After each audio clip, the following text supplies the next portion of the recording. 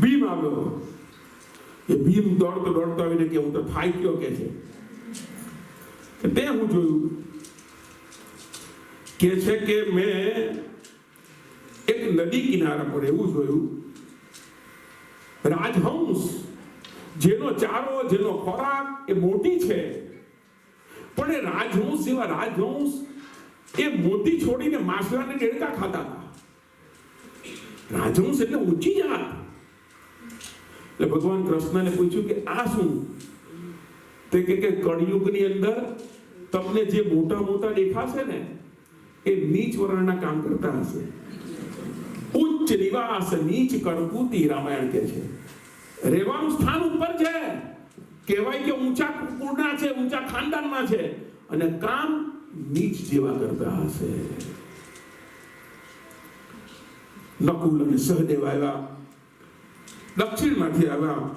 એણે જોયું કે એક શિલા ઉપરથી પડી, પર્વત પરથી એટલી મોટી શિલા કે એની નીચે કંઈ પણ આવે તો દબાઈ મરી જાય. પણ નીચે આવતા આવતા એક તણખલું હતું, એક પટલું ઘાસનું તણખલું, એમાં આવીને અટકી ગઈ. ભગવાનને પૂછ્યું આ શું? તો કે કળિયુગમાં આવું થશે, ભલા પડી જાય, પણ જે સત્સંગથી રહેશે તે ટકી રહેશે. સત્સંગ એને તણખલું જે છે એ સત્સંગ રૂપી તણખલાથી ટકી જાય. અને છેલ્લે દ્રૌપદી આવે છે. દ્રૌપદીએ કીધું કે મેં તો વિચિત્ર જોયું, 3 તળાવ હતા, 2 ખાલી અને 1 ભરેલું. તે પેલા ખાલી તળાવોએ કહ્યું કે ભાઈ મને ભરને. તે પેલાએ શું કર્યું? નજીકનું તળાવ નહીં ભર્યું અને ત્યાં દૂર જઈને બીજે ઉથોપિયામાં ગયું અને ત્યાં ભર્યું કે છે તળાવ. તો કે આમ કેમ થયું? તો ભગવાને કહ્યું કે આ કળિયુગમાં આવું જ.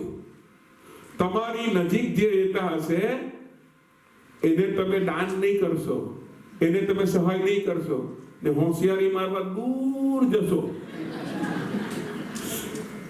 એ આવું જ. અહીંયા જ મેં કીધું કાણા છે ને બીજે હું તમે કરવાના. હા, ના નથી કરતો હું ગાછું, પણ પ્લીઝ આ મને ચિઠ્ઠી નહીં આવી તો આ વાત ચર્ચા નહીં કરે. આપણે વાત કરી રહ્યા છે સેવાની.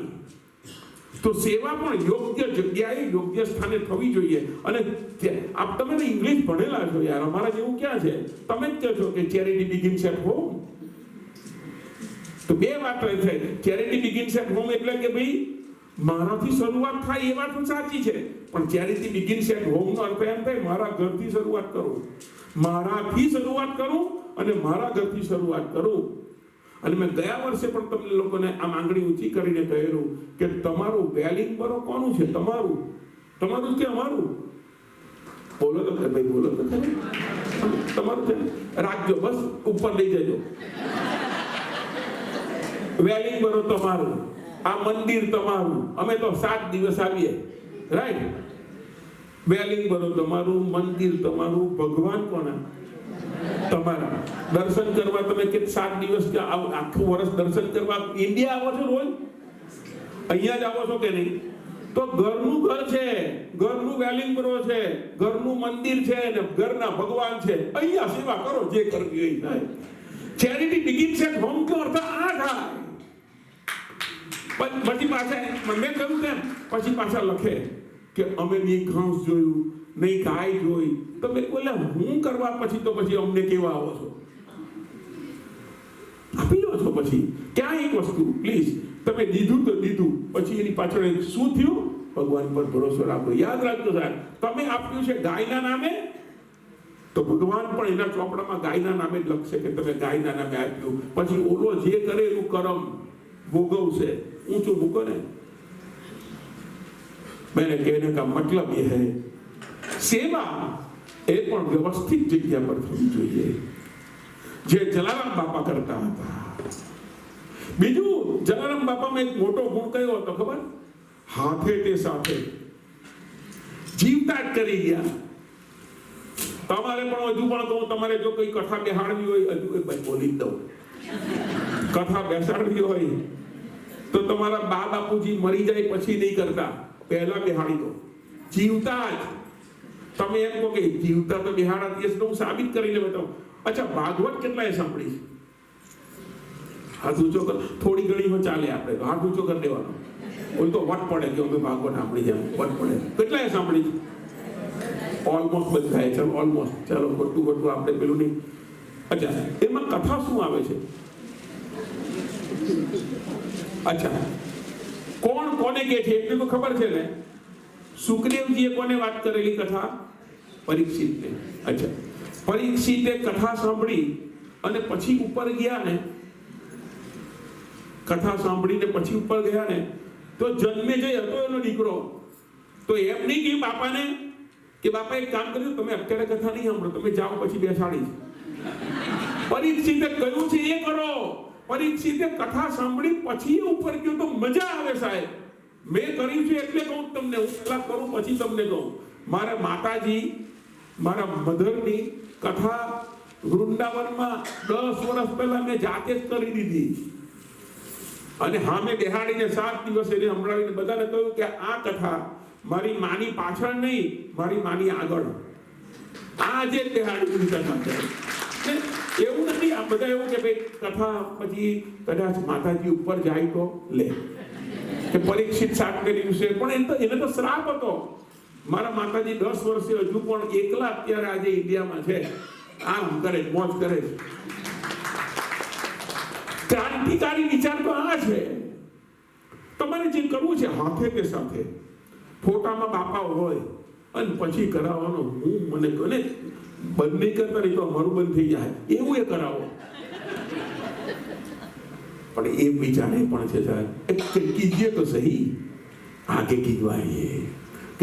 કેટલો આનંદ થાય, મારા દીકરાએ મારે માટે કથા કરી, લાગે કે નહીં સારું, એ કરાઈએ. કોઈ ગલ નહીં, કોઈ ભૂલ પણ નથી. તો હાથે કે સાથે આ ન્યાય હતો જલારામ બાપાનો. એને હજુ સુધીમાં તમે કોઈ જગ્યાએ એવું સાંભળ્યું કે જલારામ બાપાએ એક માણસને એમ કહ્યું કે ભાઈ અહીંયાથી તારે આમ કરી દેવાનું, હું કહું છું એ પ્રમાણે? નહીં, જાતે જ કર્યું. ક્યાંય પણ લાકડી લઈ, પાઘડી પહેરી નીકળી પડતા. વિચરણ કેટલું કર્યું એ માણસે. એ જમાનામાં વિચરણ ચાલ્યા કેટલું. તમે કથાઓની અંદર તમે જોશો ભવિષ્યમાં, આપણે 7 દિવસમાં, એ માણસે કેટલું ચાલ્યા છે, અથાગ મહેનત કરી છે. પણ એ કેને માટે? જગતને જાગૃત કરવા માટે, નંબર 1. નંબર 2, સમાજની સેવા કરવા માટે. નંબર 3, જે માણસ અંદરનો આત્મા ઓળખી ગયો હોય સામેવાળાનો, એ કરી શકે. એટલા માટે કે જો હું પક્ષપાત રાખું, હું પાર્શિયાલિટી કરું કે હું આને આપું ને આને ન આપું, આ પાર્શિયાલિટી જે દિવસે મારામાં આવે તે દિવસે મારામાંથી સેવા ભાવ નીકળી ગયો. ઇક્વલ હોવું જોઈએ, બધાને ફોર ઓલ હોવું જોઈએ. જે જલારામ બાપામાં આજથી 250 વર્ષ પહેલા અભણતા, પણ તે છતાં પણ સાહેબ આ અભણ છે ને, એનામાં કેટલું જ્ઞાન હતું એની કથા આવશે એકવાર, પણ મૂકી દઉં છું આજે. હરિરામ, જલારામ બાપાના પૌત્ર લગભગ તો તે હરિરામ બાપા, જે એ હરિરામ તો એને ભગવાન જલારામ બાપાને એના પર બહુ ભાવ કે મારો વારસો આ સાચવશે. અને હરિરામ એ જ્યારે નિશાળમાં ભણવા નાના હતા, નિશાળમાં ભણવા જતા, સાંભળજો સાહેબ, બનેલી વાત છે આ, ભણવા જતા હતા. તે પૂછ્યું જલા બાપાએ કે તું ક્યાં જાય? કે ભણવા નિશાળે જાઉં છું. અને તે કે મારો તારે મારો વારસો સાચવવાનો છે. જોજો, એના જીભ ઉપર આંગળી મૂકી જલારામ બાપાએ. 4 વેદનું જ્ઞાન થયેલું હરિરામ બાપાને. એટલે છે પણ આપી કેટલું શકે છે? જે કઈ નથી.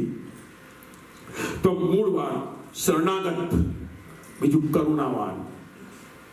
કરુણા કેમ? શરણાગત તો વાત કરી આપણે કે જેને ભગવાનમાં જ વધારે પ્રેમ. શરણાગત, એક્ઝેક્ટલી શરણાગતનો મિનિંગ એ છે કે જ્યારે પણ જલારામ બાપાએ કોઈની સેવા કરી, કોઈનું કામ થયું, કોઈ આવીને પગે લાગ્યું, ત્યારે જલારામ બાપાએ એનો શ્રેય, એનો જસ પોતાના માથે નથી લીધો. ચોખ્ખું કહે છે કે આ બધું જ કોણે કર્યું? મારા રામે કર્યું છે. આને શરણાગત ભાવ કહેવામાં આવે છે. ને એના ગયા પછી પણ નહીં, અને એ હતો વ્યક્તિ ત્યારે પણ એના મનમાં, જલારામ બાપાના મનની અંદર બિલકુલ પેલું આવ્યું નહીં હશે ને નહીં હશે. કે આ ભલે હું નામ બોલું છું રામનું, પણ આ મેં કામ કર્યું છે એવો ભાવ નહીં આવ્યો હશે. પરિણામ બીજી વખત ભગવાન રામ સામે આવીને કામ કરી ગયા.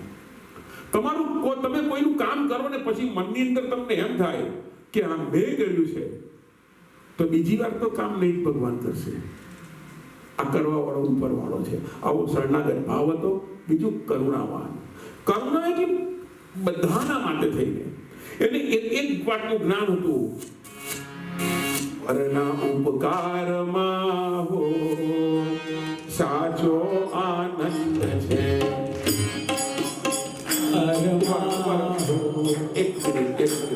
ભાઈ ગુજરાતીમાં બોલું છું કે હિન્દીમાં? અચ્છા, અહીંયા બેઠા છે બધા ગુજરાતી છે. હા, ચાલો. તો હું ગવડાવું છું એકદમ એટલે ઈઝી. હું શાસ્ત્રીય ગાતો જ નથી. રાગમાં તમારે આવડે છે તે છતાં નથી ગાતો. કેમ કે તમને ઈઝી પડે, શીરાની જેમ ગળામાં ઉતરી જાય એવી કથા હું તમને કરું છું. તમને બિલકુલ, તમે જુઓ મારી કથામાં તમને શ્રમ નહીં પડે કે આ શબ્દનો અર્થ શું નીકળ્યો. હું તમને એટલું મને ખબર પડે જ્યાં બેઠા બેઠા કે મારે આના બધા શબ્દ ક્યાંથી લાવવા પડે. એટલા સરળ શબ્દ એટલા માટે લાવું છું કે તમને સીધે સીધું કોઈ પણ જાતની કસરત કર્યા વગર સીધે સીધું ઉતરી જાય. કારણ કે હવેના લોકોને કઈ પહેલા જેવી મહેનત કરવી ગમતી.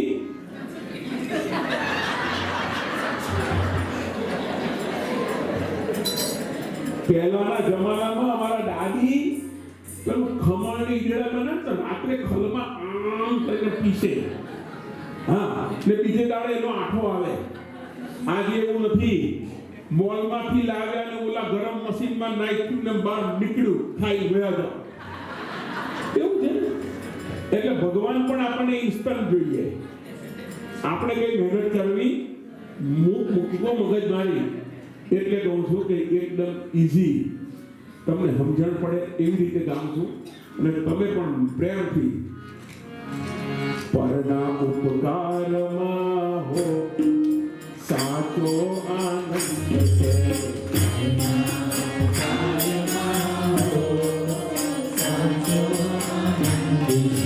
જગના ઉદ્ધારમાં હો સાચો આનંદ છે.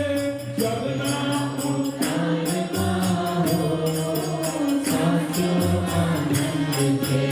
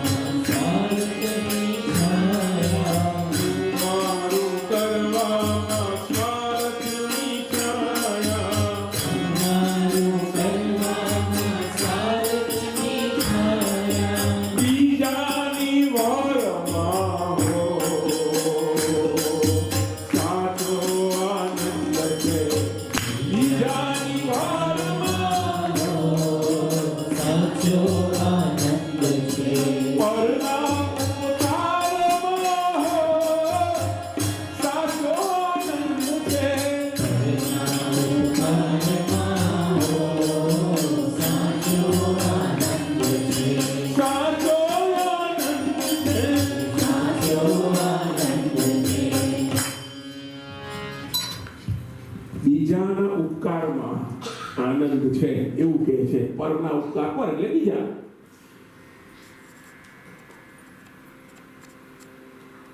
તમે કોઈનું કામ કરશો એટલે કે સારું, અને જે દિવસે એનું તમારા થકી યારે નિમિત્ત તમે બનો છો, કરવા વાળો અને કરાવવા વાળો ઉપર વાળો છે, પણ તે છતાં ભગવાને તમને નિમિત્ત બનાવ્યા છે અને નિમિત્ત માત્રનો શ્રેય તમને મળે છે, તો તમને આનંદ થાય છે. માનજો, એમ થાય ને, ભલે મારા કારણે તમારા કારણે કોઈનો ઉદ્ધાર થાય, કોઈનું ભલું થાય, તો અંદરથી તમારો આત્મા રાજી થાય કે નહીં થાય? આપણે ગુણ ને બીજું છોડી દો, રાજી તો થાય ને કે હા ભાઈ ચાલો આ એક કામ તો મારાથી સારું થયું, એવું કહેવાય કે નહીં? એવું જ કામ એ છે કે તમે કોઈને ખવડાવીને ખાઓ તો તમને વધારે આનંદ થાય કે નહીં? તમારા ઘરે લગ્ન હોય અને તમે બહુ બધાને બોલાવ્યા છે, 1000 માણસ 2000 માણસને બોલાવ્યા છે લગ્નમાં, બરાબર? હવે એ લોકો આવે તો પહેલા તમે જમી લો. તમારા ઘરે લગ્ન હોય છોકરાના છોકરીના, તો પહેલા તમે જમી લો. બધા મહેમાન પાસે તમે આમ જઈને ઉભા રહો કે નહીં? આમ કેવું બન્યું? જાણે એને બનાવ્યું એમ. બનાવવા વાળો તો રસોઈયો છે, પણ આપણે જઈએ આમ એમ કેવું બન્યું છે, અને પેલો એમ કે ને બહુ સારું. તમારી ભૂખ એમ જ ભાંગી જાય.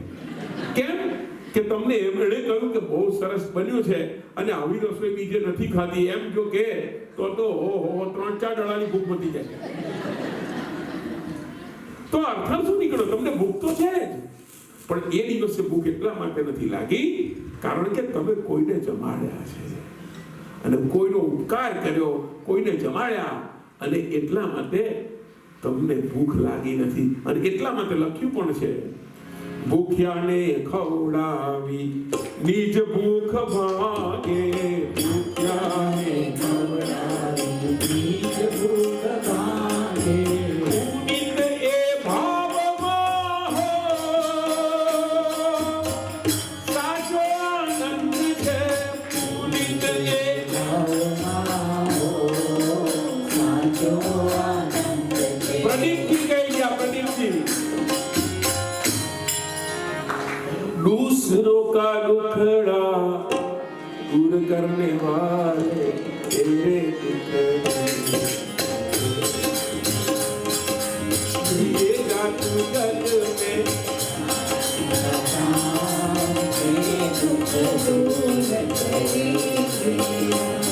अरे दूसरों का दुखड़ा दूर करने वाले तेरे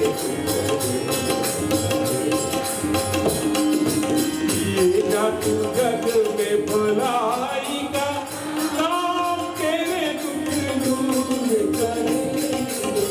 ભગવાનનું કામ છે જે બીજાનું ભલું કરે એનું દુઃખ દૂર કરે. Yes my dear.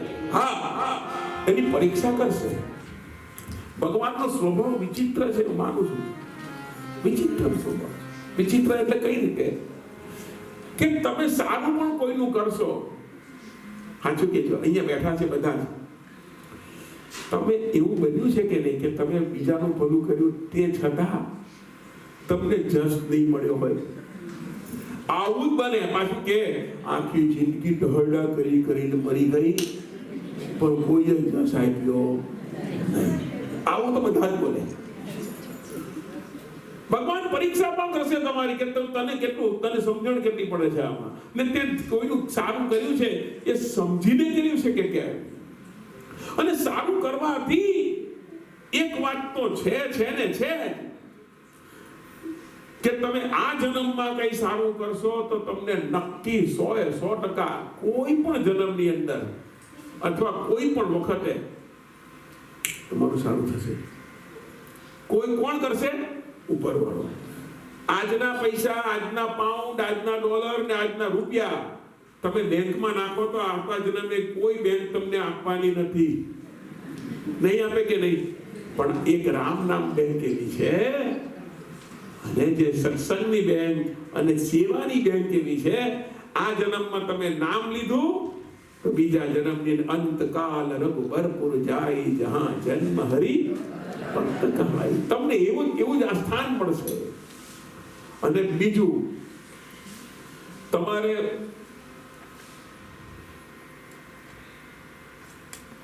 ઉપર પૈસા લઈ જવાય કે નહીં લઈ જવાય? કોઈ બોલ્યું કે લઈ જવાય. તે થાથડીની બાજુમાં 50 પાઉન્ડ મૂકેલા હોય તો હળગી જાય. પણ તમારે લઈ જવું હોય તો લઈ જવાય કે નહીં? આ પ્રશ્ન થયો એક જગ્યા પર. તો મને કહ્યું કે લઈ જવાય. લઈ જવાય. લે તો મને કે કેવી રીતે? તમે કોઈ કામ કરો.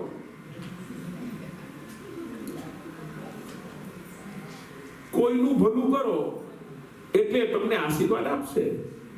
અને તમને આશીર્વાદ આપે એ તો એ ચલણી નોટ એવી છે કે એ આશીર્વાદ એવા હોય કે બીજા જન્મમાં પણ તમને મળે. આશીર્વાદ મળે, આ નહીં મળે. મળે કે? હા. બીજું એક વાત છે, હું ઇન્ડિયાથી આવું અને અહીંયા આ ઇંગ્લેન્ડમાં હું ઇન્ડિયાના 10,000 રૂપિયા મૂકું મોલમાં જઈને આલડીમાં,